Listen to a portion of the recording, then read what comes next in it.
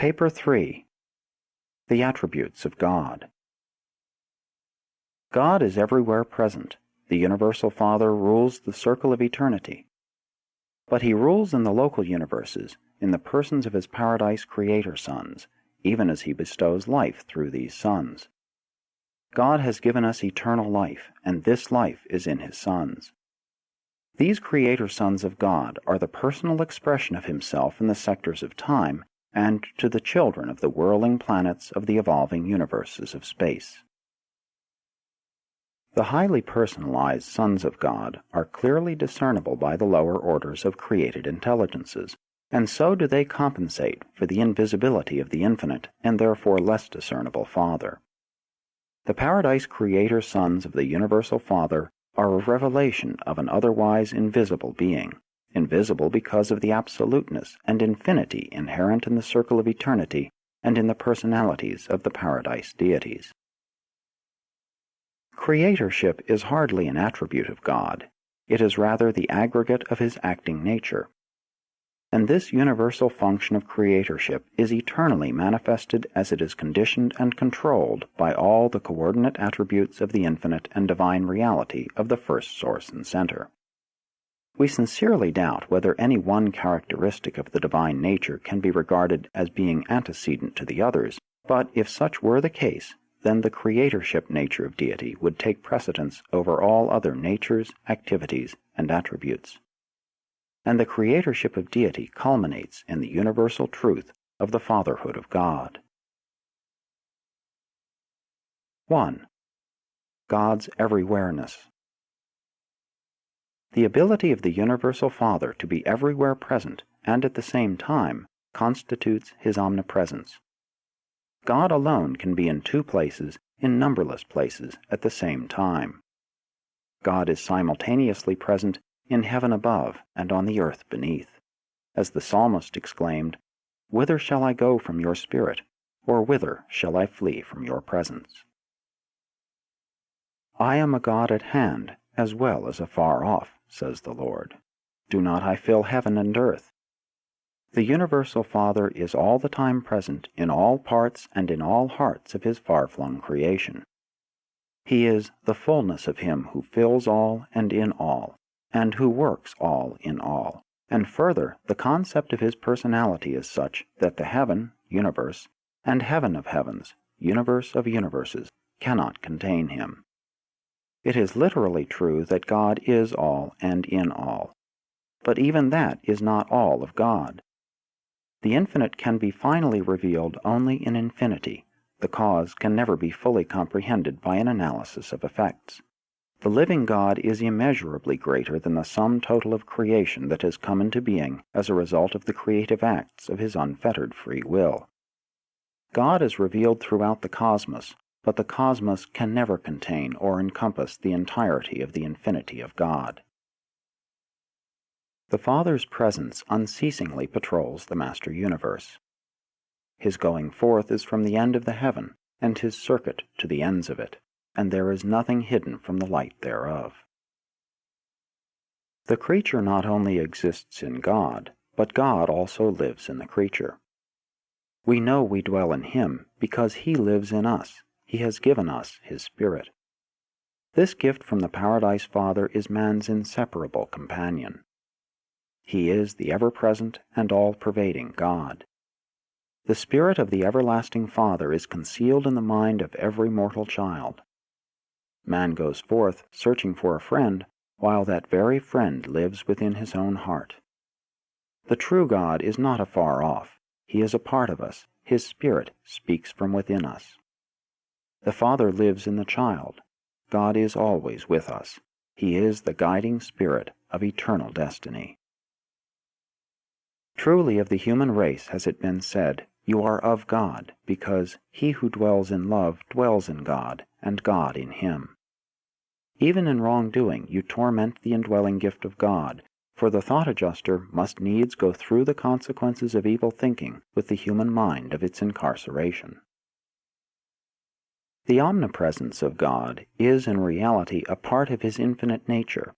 Space constitutes no barrier to deity. God is, in perfection and without limitation, discernibly present only on paradise and in the central universe. He is not thus observably present in the creations encircling Havona, for God has limited his direct and actual presence in recognition of the sovereignty and the divine prerogatives of the coordinate creators and rulers of the universes of time and space. Hence must the concept of the divine presence allow for a wide range of both mode and channel of manifestation, embracing the presence circuits of the Eternal Son, the Infinite Spirit, and the Isle of Paradise. Nor is it always possible to distinguish between the presence of the Universal Father and the actions of his eternal coordinates and agencies. So perfectly do they fulfill all the infinite requirements of his unchanging purpose. But not so with the personality circuit and the adjusters. Here God acts uniquely, directly, and exclusively. The universal controller is potentially present in the gravity circuits of the Isle of Paradise in all parts of the universe at all times and in the same degree, in accordance with the mass and response to the physical demands for this presence, and because of the inherent nature of all creation, which causes all things to adhere and consist in him. Likewise is the first source and center potentially present in the unqualified Absolute, the repository of the uncreated universes of the eternal future. God thus potentially pervades the physical universes of the past, present, and future. He is the primordial foundation of the coherence of the so-called material creation. This non-spiritual deity potential becomes actual here and there throughout the level of physical existences by the inexplicable intrusion of some one of his exclusive agencies upon the stage of universe action. The mind presence of God is correlated with the absolute mind of the conjoint actor, the Infinite Spirit, but in the finite creations it is better discerned in the everywhere functioning of the cosmic mind of the Paradise Master Spirits. Just as the first source and center is potentially present in the mind circuits of the conjoint actor, so is he potentially present in the tensions of the universal Absolute. But mind of the human order is a bestowal of the daughters of the conjoint actor, the divine ministers of the evolving universes. The everywhere present Spirit of the Universal Father is coordinated with the function of the universal Spirit presence of the Eternal Son and the everlasting divine potential of the Deity Absolute.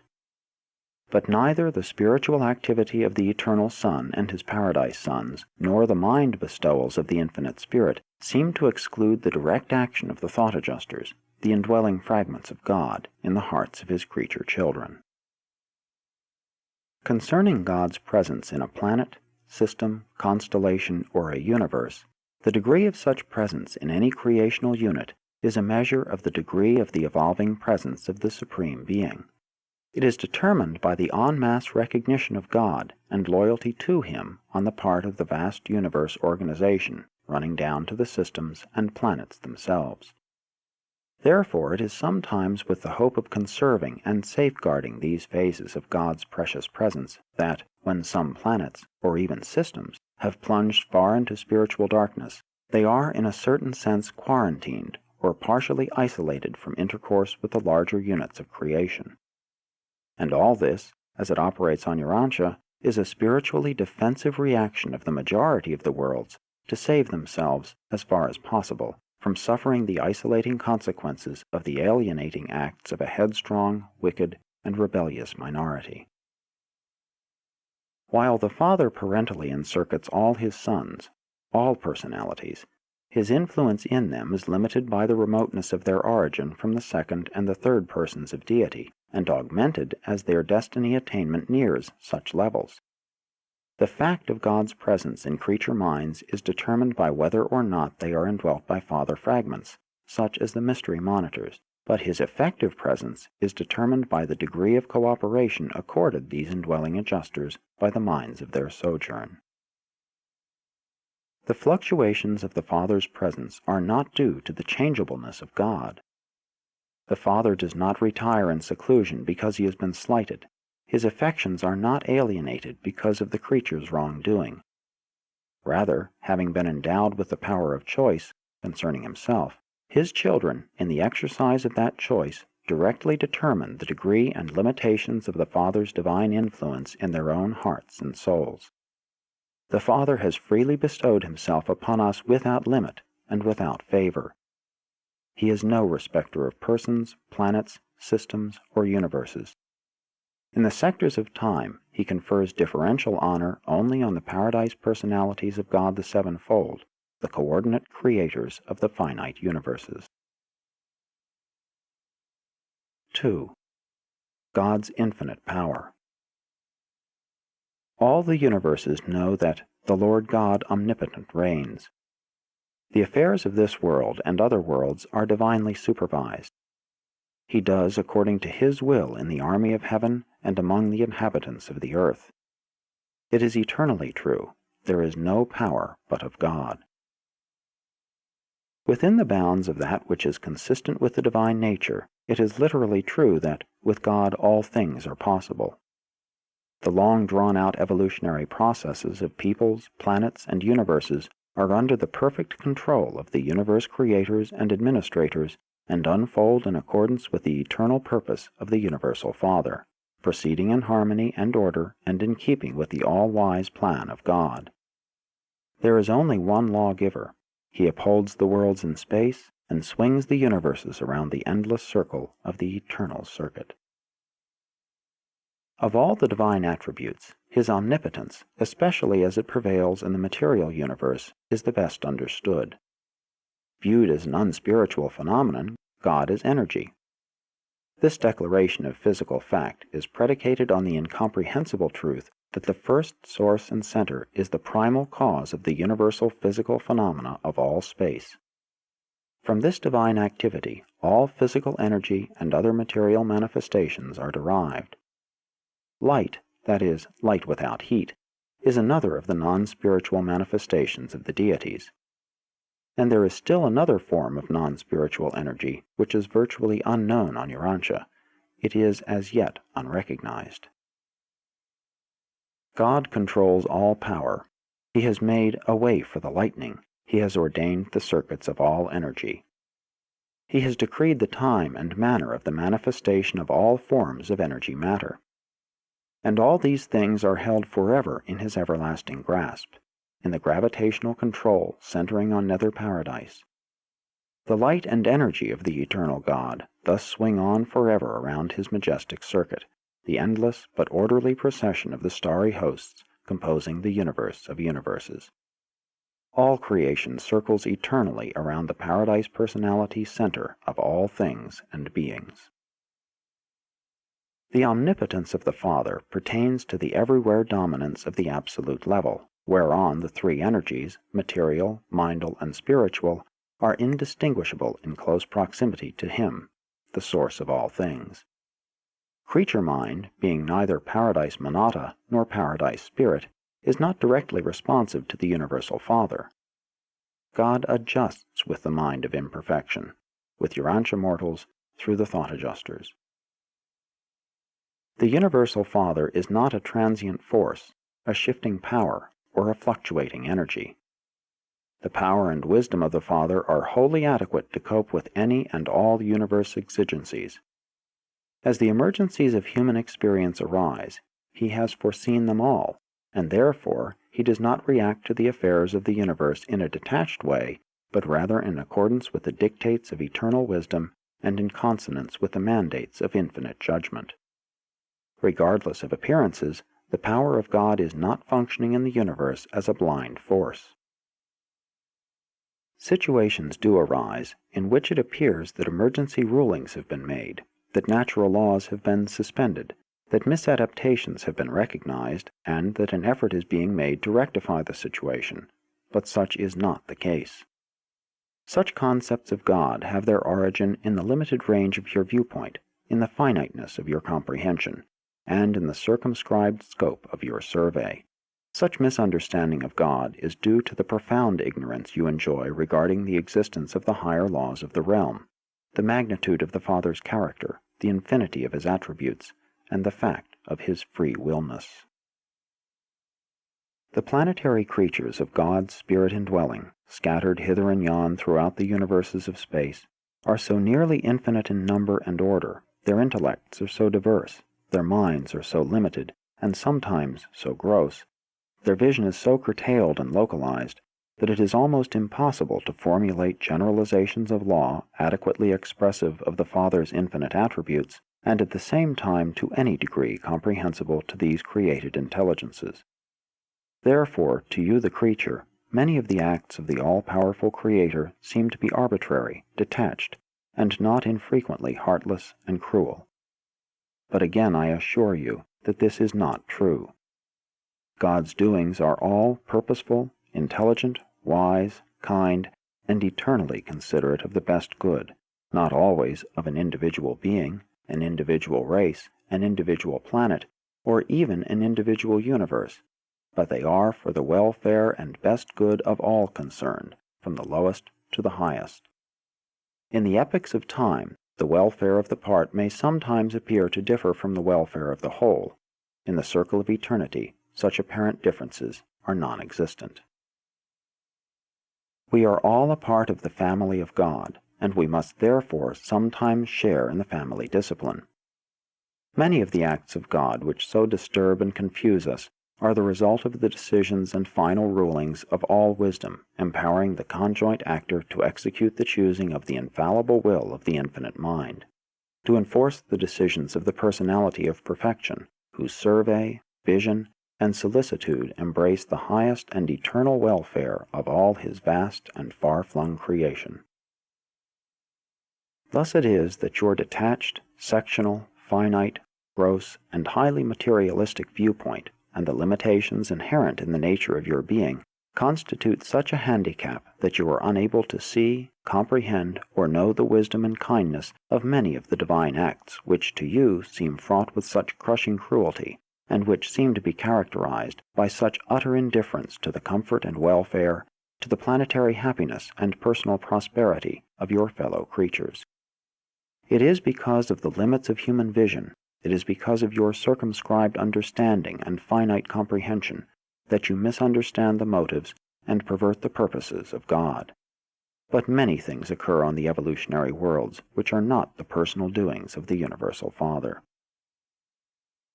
The divine omnipotence is perfectly coordinated with the other attributes of the personality of God. The power of God is, ordinarily, only limited in its universe spiritual manifestation by three conditions or situations. 1. By the nature of God, especially by his infinite love, by truth, beauty, and goodness. 2. By the will of God, by his mercy ministry and fatherly relationship with the personalities of the universe. 3. By the law of God, by the righteousness and justice of the eternal Paradise Trinity. God is unlimited in power, divine in nature, final in will, infinite in attributes, eternal in wisdom, and absolute in reality. But all these characteristics of the Universal Father are unified in deity and universally expressed in the Paradise Trinity and in the divine sons of the Trinity. Otherwise, outside of Paradise and the central universe of Havona, everything pertaining to God is limited by the evolutionary presence of the Supreme, conditioned by the eventuating presence of the Ultimate, and coordinated by the three existential absolutes, deity, universal, and unqualified. And God's presence is thus limited because such is the will of God. 3. God's universal knowledge. God knows all things. The divine mind is conscious of and conversant with the thought of all creation. His knowledge of events is universal and perfect. The divine entities going out from him are a part of him. He who balances the clouds is also perfect in knowledge. The eyes of the Lord are in every place. Said your great teacher of the insignificant sparrow, one of them shall not fall to the ground without my Father's knowledge, and also, the very hairs of your head are numbered. He tells the number of the stars, he calls them all by their names. The Universal Father is the only personality in all the universe who does actually know the number of the stars and planets of space. All the worlds of every universe are constantly within the consciousness of God. He also says, I have surely seen the affliction of my people. I have heard their cry, and I know their sorrows. For the Lord looks from heaven, he beholds all the sons of men. From the place of his habitation, he looks upon all the inhabitants of the earth. Every creature child may truly say, He knows the way I take, and when he has tried me, I shall come forth as gold. God knows our down-sittings and our uprisings.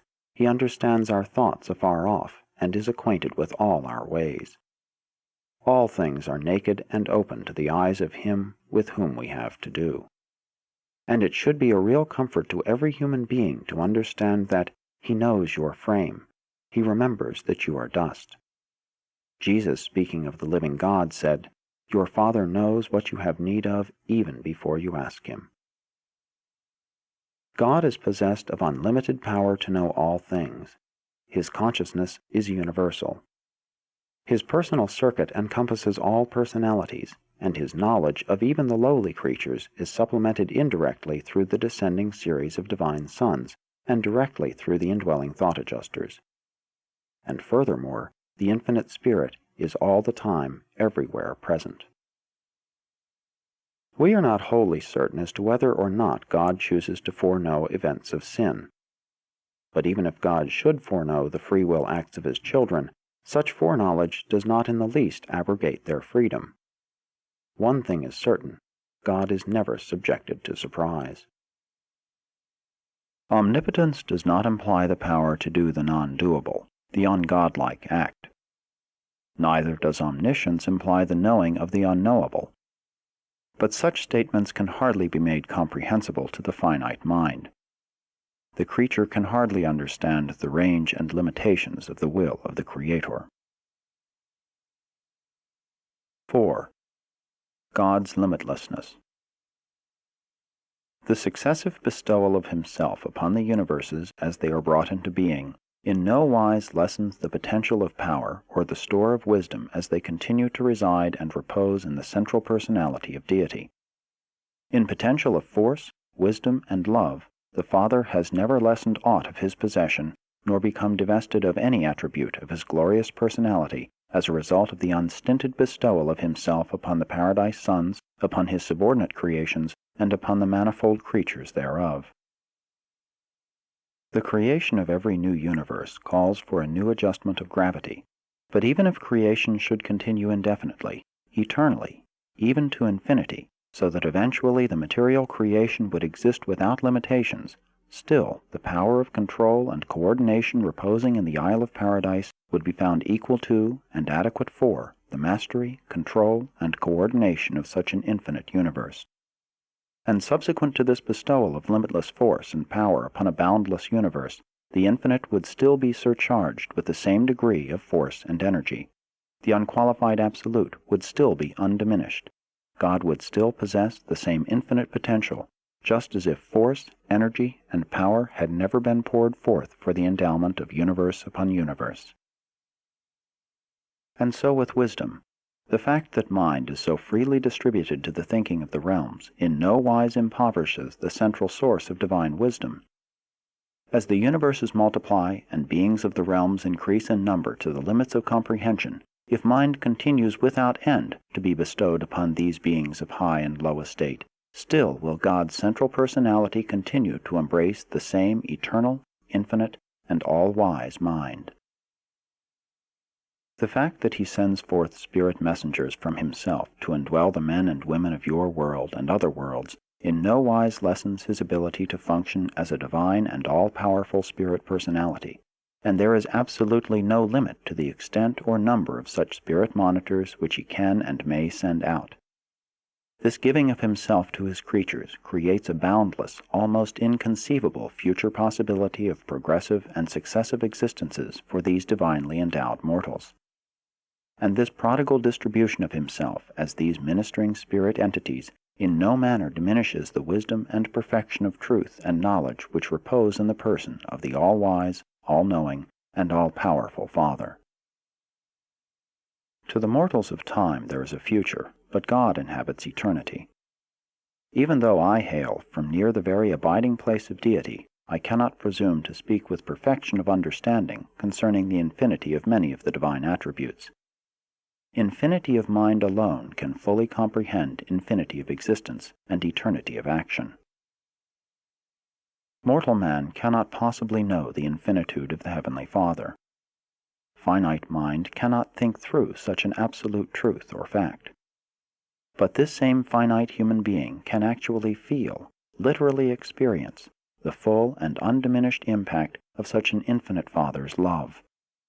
Such a love can be truly experienced, albeit while quality of experience is unlimited, quantity of such an experience is strictly limited by the human capacity for spiritual receptivity and by the associated capacity to love the Father in return.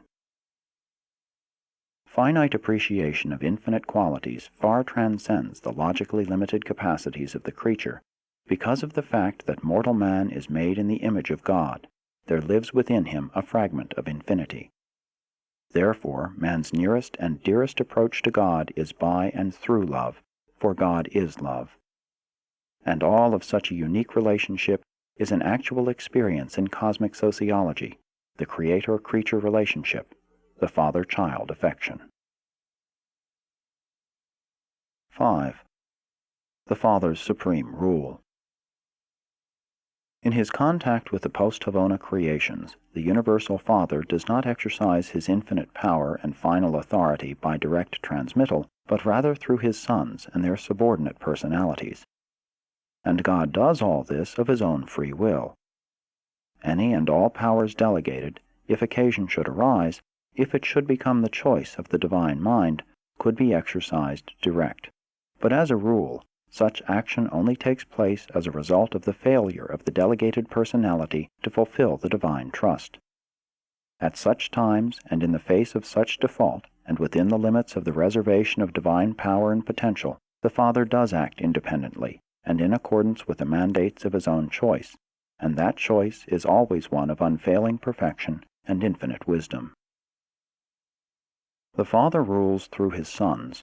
On down through the universe organization there is an unbroken chain of rulers, ending with the planetary princes, who direct the destinies of the evolutionary spheres of the Father's vast domains.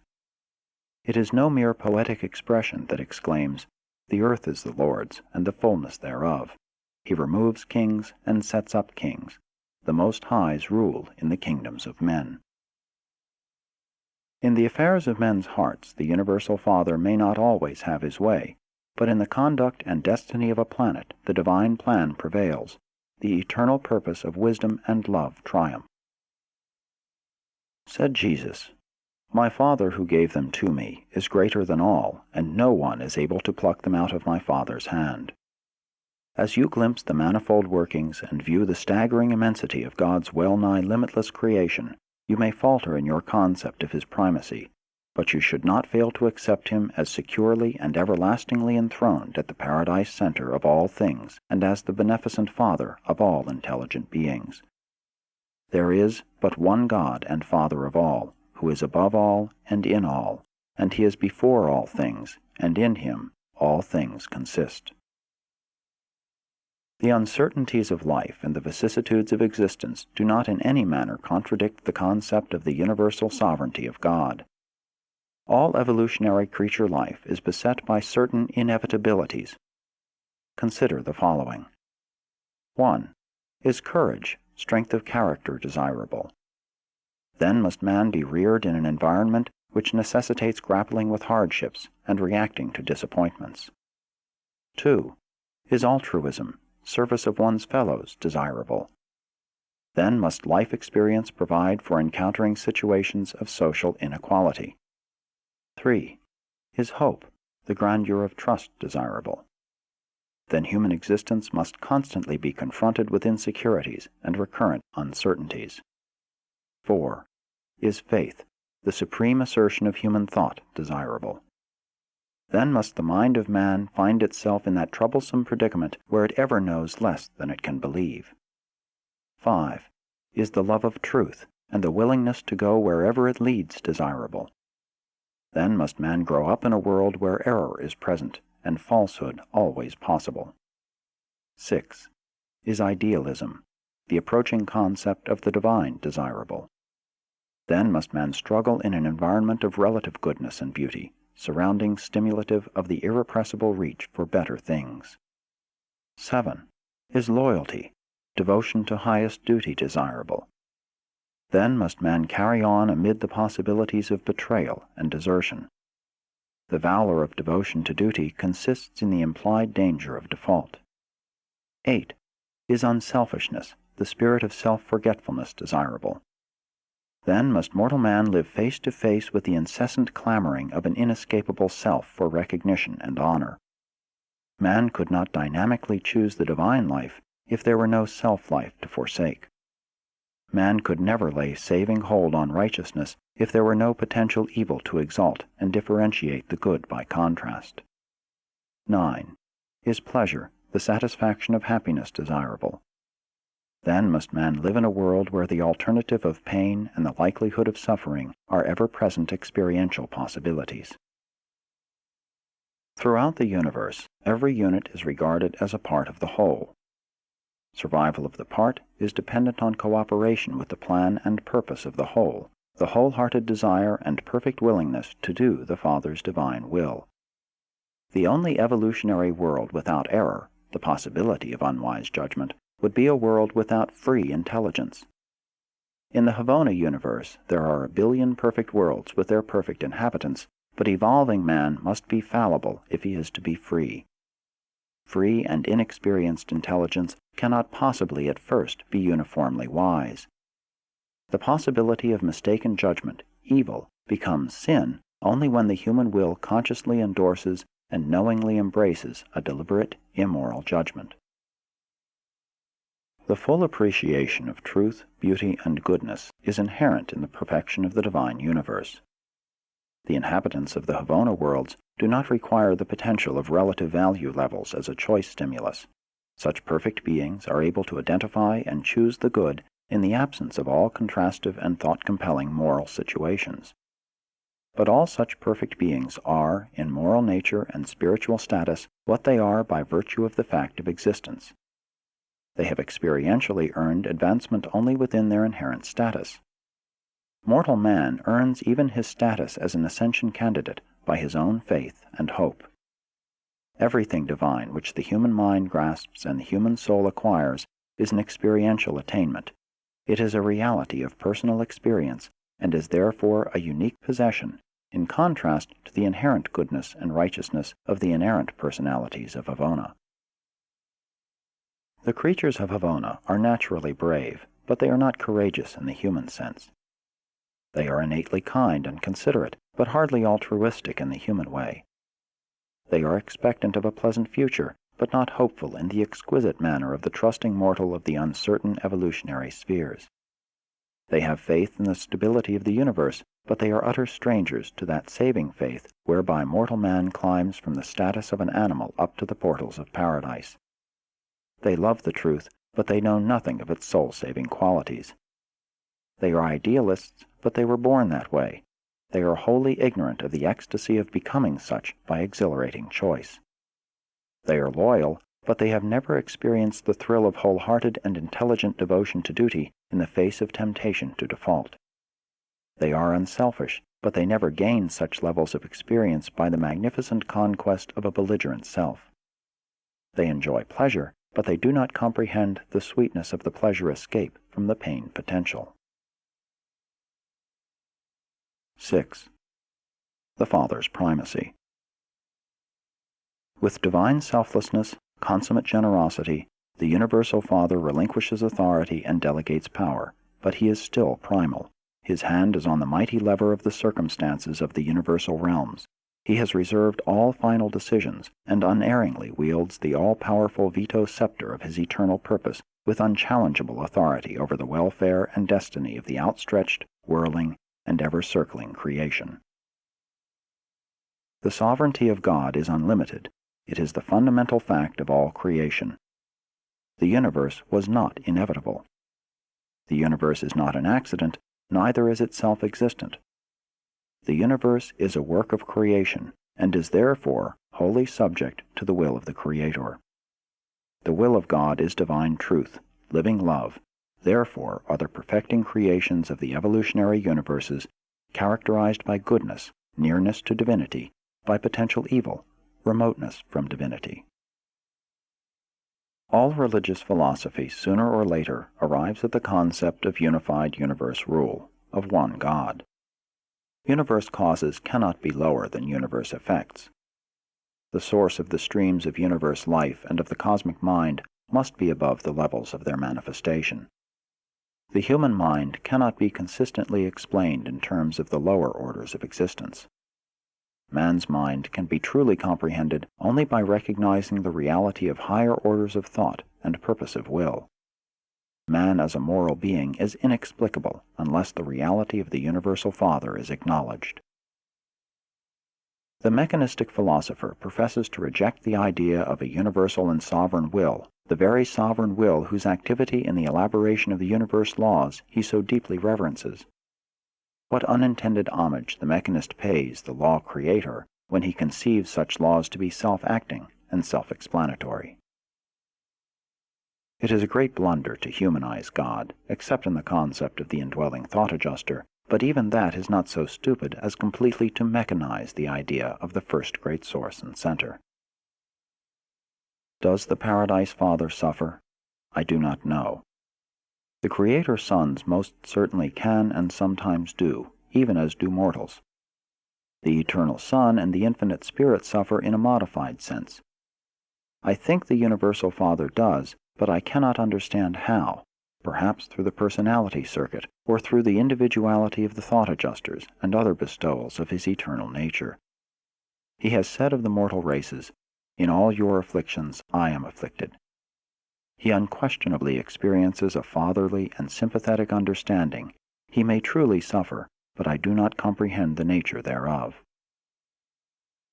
The infinite and eternal ruler of the universe of universes is power, form, energy, process, pattern, principle, presence, and idealized reality.